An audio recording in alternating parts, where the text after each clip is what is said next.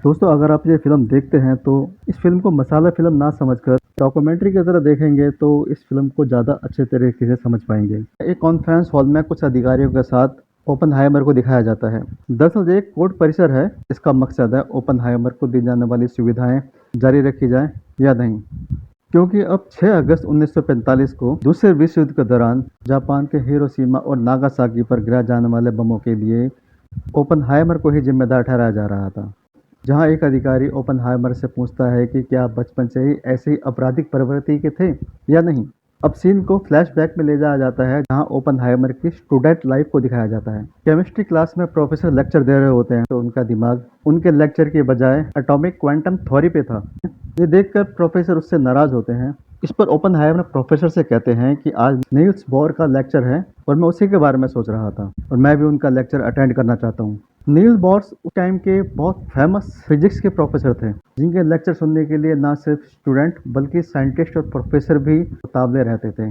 अब सभी स्टूडेंट नील हार्म की लेक्चर सुनने के लिए चले जाते हैं मगर प्रोफेसर ओपेनहाइमर को लेक्चर में जाने की इजाज़त नहीं देते और लैब में रहकर ही केमिकल की शीशियों को सीक्वेंस में लगाने की सज़ा देते हैं। प्रोफेसर की बात सुनकर ओपेनहाइमर को उस पर बहुत गुस्सा आता है और इसी गुस्से में ओपेनहाइमर प्रोफेसर के सिर में इंजेक्शन द्वारा पॉइजन इंजेक्ट कर देता है और प्रोफेसर के मना करने के बावजूद ओपेनहाइमर पहुंच जाते हैं प्रोफेसर नील हार्म का लेक्चर अटेंड करने के लिए। लेक्चर खत्म करने के बाद नील हार्म स्टूडेंट से पूछते हैं कि क्या वो एटॉमिक एनर्जी के बारे में कुछ पूछना चाहते हैं, जिस पर ओपेनहाइमर हाथ खड़ा करते हैं और उनसे सवाल पूछते हैं। दरअसल ओपेनहाइमर प्रोफेसर नील हार्म से ये सवाल दूसरी बार करते हैं क्योंकि यही सवाल उन्होंने कुछ साल पहले प्रोफेसर नील हार्म के किसी दूसरे लेक्चर में ही पूछा था। नील हार्म ओपेनहाइमर को अपने ऑफिस में बुलाते हैं। अगली सुबह केमिस्ट्री के प्रोफेसर ओपेनहाइमर को अपने ऑफिस में बुलाते हैं जहां ओपेनहाइमर देखते हैं कि क्लासरूम में उनके प्रोफेसर के साथ फिजिक्स के प्रोफेसर नील हॉब्स भी मौजूद हैं। ओपेनहाइमर यह देखकर दंग रह जाता है कि कल जिस सेब के अंदर पॉइजन इंजेक्ट किया था इस वक्त वो सेब नील हॉब्स के हाथ में है। यहाँ नील हॉब्स ओपेनहाइमर से कहते हैं कि क्वांटम फिजिक्स में तुम्हारा लॉजिक परफेक्ट है लेकिन थ्योरी में आपको मेहनत करने की ज़रूरत है। वो ओपेनहाइमर को शहर से दूर एक प्रोफेसर का रेफरेंस देते हैं और ओपेनहाइमर को कहते हैं कि आप उनसे मिलकर अपनी थ्योरी को और स्ट्रॉन्ग कर सकते हो जिससे तुम्हें क्वांटम थ्योरी को एक बड़े स्केल पर स्टडी करने का मौका मिलेगा। नॉर्थ अमेरिका में एटॉमिक एनर्जी, क्वांटम थ्योरी या एटॉमिक बम के ऊपर कोई ज़्यादा रिसर्च नहीं की जाती थी या यूँ कहें कि ज़रूरत नहीं थी और इसीलिए साइंटिस्ट का भी इंटरेस्ट एटॉमिक एनर्जी के अंदर ना के बराबर था। मगर यहाँ बात ओपेनहाइमर की हो रही है जो एक रशियन होने के बावजूद खुद को अमेरिका के लिए पूरी तरह समर्पित कर चुका था और एटॉमिक एनर्जी में अमेरिका को एक सुपर पावर बनाना चाहता था। अब यहाँ पर एंट्री होती है इस कहानी के तीसरे पात्र यानी कम्युनिस्टों की।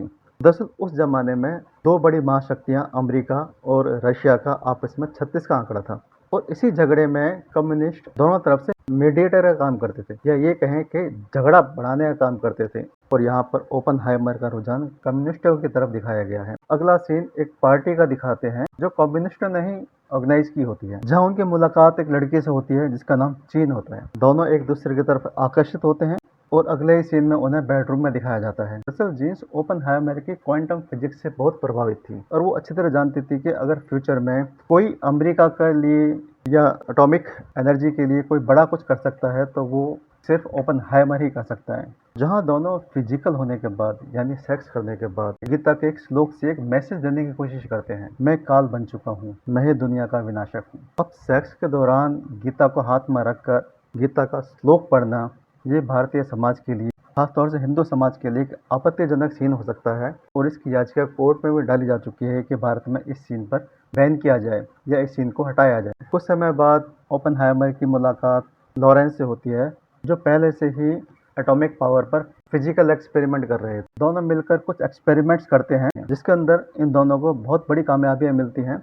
ओपेनहाइमर की क्वांटम थ्योरी और लॉरेंस की फिजिकल एक्सपेरिमेंट दोनों मिलकर कई सालों तक एक्सपेरिमेंट करते हैं और वो उसमें काफ़ी हद तक कामयाब भी होते हैं और कुछ समय बाद ओपेनहाइमर की शादी किटी से होती है।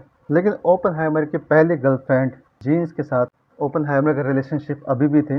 ओपेनहाइमर अक्सर जीन्स से मिलने के लिए जाते और फिजिकल भी होते थे। लेकिन ओपेनहाइमर की शादी के बाद जीन्स डिस्टर्ब थी, वो डिप्रेशन में जा चुकी थी जेन्स ओपनहाइमर से कहती है कि मुझे तुम्हारी ज़रूरत है, मैं तुमसे अलग नहीं रह सकती। पर ओपनहाइमर कहते हैं, अब मेरी शादी हो चुकी है और अब हमें आगे नहीं मिलना चाहिए। ये सुनकर जीन टूट जाती है। अगले सीन में ओपनहाइमर की मुलाकात क्रॉस से होती है, जो कि अमेरिकन फौज में जनरल थे। वो ओपनहाइमर को बताते हैं कि रशियन आर्मी भी अब एटॉमिक बम पर काम कर रही है और अगर हमसे पहले उन्होंने एटम बम बना लिया तो पूरी दुनिया रशिया की मुट्ठी में होगी और वो हमें कुछ सेकंडों में बर्बाद कर देगी। और मैं ये चाहता हूँ कि रशिया से पहले हम इस बम को बना लें और इस वक्त पूरे अमेरिका में आपसे बेहतर एटॉमिक एनर्जी का जानकार कोई भी नहीं है, इसलिए मैं इसकी जिम्मेदारी आप पर सौंपता हूँ। अब इसके लिए ओपनहाइमर दुनिया के सबसे बेहतरीन साइंटिस्टों को इकट्ठा करता है और आबादी से सैकड़ों मील दूर एक वीरान रेगिस्तान में एक शहर बसाया जाता है, जहाँ पे एक्सपेरिमेंट के लिए सभी साइंटिस्टों को रखा जाता है और उन्हें हर तरह की सुविधाएं दी जाती हैं। क्योंकि एक्सपेरिमेंट के लिए समय काफ़ी लंबा था, इसीलिए सभी साइंटिस्टों की फैमिली को वहाँ बुला लिया जाता है और वहाँ पे वो सारी सुविधाएं दी जाती हैं जो कि एक शहर में होती हैं। वहाँ साइंटिस्ट के बच्चों के लिए स्कूल से लेकर मार्केट तक सारी सुविधाएं उपलब्ध कराई जाती हैं ताकि साइंटिस्ट की फैमिली को कोई प्रॉब्लम ना हो और सभी साइंटिस्ट पूरे दिलो दिमाग से अपने एटॉमिक एक्सपेरिमेंट पर काम कर सकें। और एक दिन एडवर्ड नाम का एक साइंटिस्ट अपनी कुछ इक्वेशंस के साथ ओपनहाइमर से मिलता है और उन्हें सजेस्ट करता है कि अगर इस एक्सपेरिमेंट में ज़रा सी भी चूक होती है तो एटॉमिक एक्सप्लोजन इतना ज़्यादा होगा कि एक ब्लैक होल क्रिएट हो जाएगा और इस एक्सप्लोजन से निकलने वाले पार्टिकल्स इतनी दूर तक असर करेंगे कि इसकी तबाही से हजारों लाख लोग नहीं बल्कि करोड़ों लोग मारे जाएंगे। और इसी शंका का समाधान करने के लिए वो आइंस्टाइन के पास जाता है। आइंस्टाइन भी इस बात की तस्दीक करते हैं कि अगर तबाही होती है तो इसके विनाशकारी परिणाम हमारी उम्मीदों से हजार गुना ज़्यादा भी हो सकते हैं और इसमें वो लोग भी चपेट में आ सकते हैं जिनका युद्ध से कोई सरोकार नहीं। अब यहाँ से सीन प्रेजेंट में आता है, जो कि कोर्ट रूम दिखाया जाता है, जहाँ दोनों ही पक्ष अपनी अपनी दलीलें पेश करते हैं। जहाँ ओपनहाइमर के पक्ष में दलील दी जाती है कि नेशनल सिक्योरिटी ये बम बनाना बहुत ज़रूरी था, क्योंकि अगर दुश्मन देश इस बम को बना लेता है तो इस दुनिया से हमारा वर्चस्व खत्म होने में देर नहीं लगेगी। ये काम इतना आसान नहीं था, इसमें हजारों साइंटिस्टों की दिन रात की मेहनत लगी है और हजारों करोड़ रुपए का खर्च हुआ है। कुछ दिन बीतते हैं, ओपनहाइमर को ये खबर मिलती है कि डिप्रेशन के चलते उसकी पूर्व गर्लफ्रेंड जीन्स ने आत्महत्या कर ली है। ये सुनकर ओपनहाइमर को बहुत दुख होता है, क्योंकि वो उसकी बहुत अच्छी दोस्त थी। मगर यहाँ ओपनहाइमर की प्रायोरिटी एटम बम बनाने पर थी, जो कि ऑलमोस्ट फिनिशिंग लेवल पर ही था। और एक दिन एडवर्ड ओपनहाइमर को हाइड्रोजन बम का जिक्र करता है, जो कि एटॉमिक पावर से 1000 ज़्यादा गुना पावरफुल और इतना ही विनाशकारी। ओपनहाइमर के दिमाग में ये बात घर कर चुकी थी कि अगर अमेरिका हाइड्रोजन बम बनाता है तो रशिया भी इससे पीछे नहीं हटेगा और अगर विश्व युद्ध में हाइड्रोजन बम का इस्तेमाल होता है तो उससे होने वाली तबाही पूरी दुनिया को बर्बाद कर सकती है।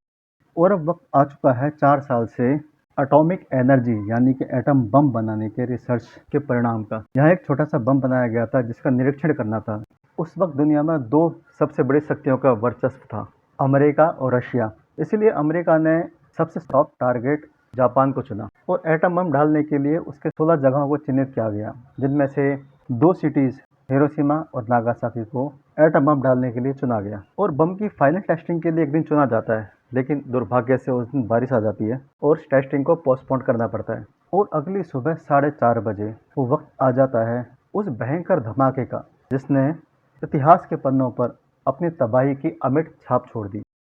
लेकिन इस छोटे से नमूने का धमाका ज़्यादा तेज था कि मीलों दूर बैठे साइंटिस्टों की सर की टोपी उड़ गई थी। सभी साइंटिस्ट अपने सफल परीक्षण से काफ़ी खुश थे, क्योंकि एटम बम का ये नमूना उनकी अपेक्षाओं से हजारों गुना ज़्यादा पावरफुल था। अमेरिका का एटॉमिक बम को लेकर दूसरा एक्सपेरिमेंट भी बेहद कामयाब रहा, तो पूरे अमेरिका में खुशी की लहर थी। अब जापान के हिरोशिमा और नागासाकी पर बम गिराए जाने के लिए अमेरिका तैयार था।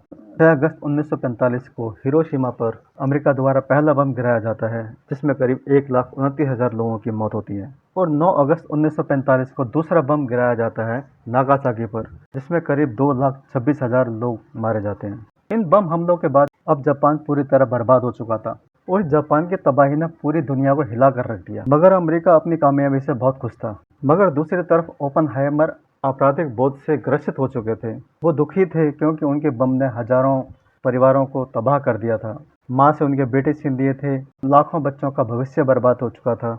ओपनहाइमर के एक एक्सपेरिमेंट ने पूरे देश को बर्बाद कर दिया था। इसके लिए ओपनहाइमर खुद को उसका जिम्मेदार। कुछ दिन बाद ओपनहाइमर प्रेसिडेंट से जाकर मिलता है और उनसे कहता है कि हमने इस युद्ध में काफ़ी हद तक जीत हासिल कर ली है और मैं ये चाहता हूँ कि अपना एटॉमिक बम का परीक्षण अभी बंद कर दें, क्योंकि अमेरिका अभी भी एटम बम बनाता है तो दूसरे देश भी ये बम जरूर बनाएंगे। और युद्ध की स्थिति में अगर दोबारा इस बम का इस्तेमाल किसी भी देश द्वारा होता है तो ये विनाश पूरी दुनिया के लिए बेहद घातक साबित होगा। और इस बार लाखों नहीं बल्कि करोड़ों लोगों की जानें जाएंगी। और ओपेनहाइमर प्रेसिडेंट को कहते हैं कि इतिहास इस सारी तबाही का जिम्मेदार मुझे ठहराएगा। इस पर यूएस प्रेसिडेंट कहते हैं कि ये कोई नहीं जानता कि बम किसने बनाया, बल्कि सब इस बात को जानते हैं कि बम किसने गिराया, और इसकी जिम्मेदारी मैं अपने ऊपर लेता हूँ। और हमें अपनी सिक्योरिटी के लिए और भी बम बनाने की ज़रूरत है। यहाँ अगला सीन दिखाया जाता है कोर्ट परिसर में, जहाँ पर ओपेनहाइमर के पक्ष और विपक्ष में दलीलें और तकरीरें दी जा रही थीं। और अंत में ये दिखाया जाता है कि ये सारी कहानी यानी कि रॉबर्ट डॉनी जूनियर द्वारा रची गई थी। फिल्म में रॉबर्ट डॉनी जूनियर को एक नेगेटिव किरदार में दिखाया गया है, जहाँ पर 2 बार ओपेनहाइमर के द्वारा वो इंसल्ट किया जा चुका था, जिसका बदला लेने के लिए ओपेनहाइमर को एटॉमिक पावर जैसे बड़े प्रोजेक्ट पर काम करने के लिए उकसाता है, जिससे होने वाली इंटरनेशनल तबाही के लिए ओपेनहाइमर को जिम्मेदार ठहरा जा सके। यहाँ पर केटी हाइमर जो ओपेनहाइमर की वाइफ थी, दलील देती है कि ये सारी साजिश रॉबर्ट डॉनी जूनियर द्वारा रची गई थी। और सभी दलीलों को सुनने के बाद अंत में जूरी ये फैसला करती है कि ओपेनहाइमर को तमाम इल्जामों से बरी किया जाता है और ओपेनहाइमर को सिक्योरिटी क्लियरेंस वापस दिया जाता है। और इस तरह ओपेनहाइमर के ऊपर लगाए गए सारे इल्जामों को निरस्त कर दिया जाता है। अब कहानी फ्लैशबैक में जाती है, जहाँ पर ओपेनहाइमर को अल्बर्ट आइंस्टाइन के साथ दिखाया जाता है। अल्बर्ट आइंस्टाइन ओपेनहाइमर को कहते हैं कि अमेरिका द्वारा इस्तेमाल की जाने वाली एटॉमिक एनर्जी दुनिया में होने वाली सबसे बड़ी तबाही का कारण बन सकती है। इसीलिए आइंस्टाइन ओपेनहाइमर से कहते हैं कि वैश्विक तबाही को रोकने के लिए एटम बम पर काम बिल्कुल रोकना होगा।